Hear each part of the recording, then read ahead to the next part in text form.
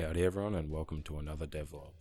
It's been a long time since the last video, but I haven't given up on this game. The whole project was being held together with hacky solutions and dodgy fixes, and it was becoming impossible to add more features. I've restarted the project, this time with the use of a state machine. Now adding new states and functionality is a breeze. For a video on how to implement a state machine of your own, I recommend checking out iHeartGameDev's video on state machines. You may have to watch it a number of times to really understand what's going on, but it's well worth it. The link will be in the description. It may look like development has gone backwards since last devlog, and in some ways it has, but under the hood things are a lot tidier, more efficient and smoother to work with. For most of the development process up until now, the player's been essentially just a cuboid, because you hear it a lot in game dev, but I wanted to get the movement right before trying to make things look better. In most of these clips there's still no running animation, and the few animations I do have are very limited and are just there to complement the movement I've already implemented. I just wanted to make it clear, if it wasn't already, that all animations and visuals are still placeholders. The player model you see in the thumbnail is closer to the player model that will be in the finished product, but is by no means the final player model itself. Toasty's moveset has changed slightly since last time you guys seen him, and it still could change at any time. The current moveset is very agile, but with his small size compared to the larger scale maps I plan on having, this level of agility should work well. The jump now has variable height. Holding the jump button for longer will grant you a higher jump. You can also double jump. As of now, the second jump functions the exact same as the first jump. I've also added a jump buffer, storing your jump input for a small amount of time. This is helpful for when you press jump just before the player is on the ground. Once the player hits the ground, the jump will be executed.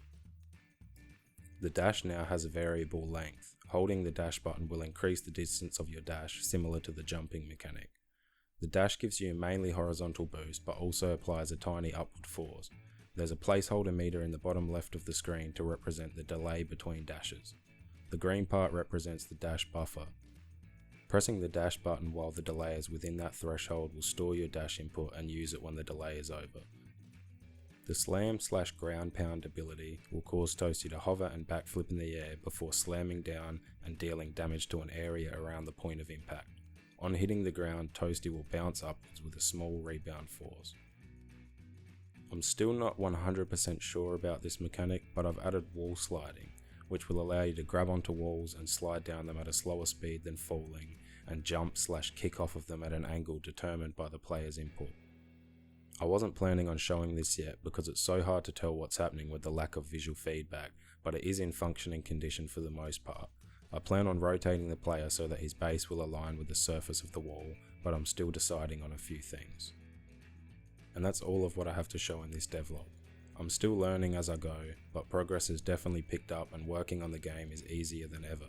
That doesn't mean that there hasn't been any issues along the way though. Here's a few clips from when things didn't go as planned.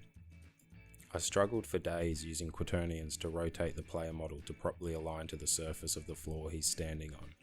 In the project's first lifetime, I had this somewhat working, but this new method I found is a lot cleaner and works much better. Here's a small preview and some failed attempts at making the toast attack ability.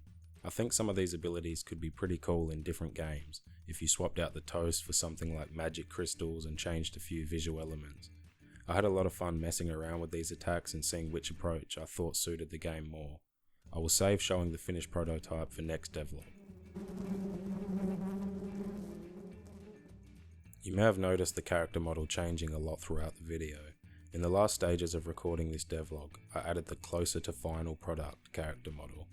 Because I'm using the same animations from the cube you would have seen at the start, Toasty's eyes stretched with his body.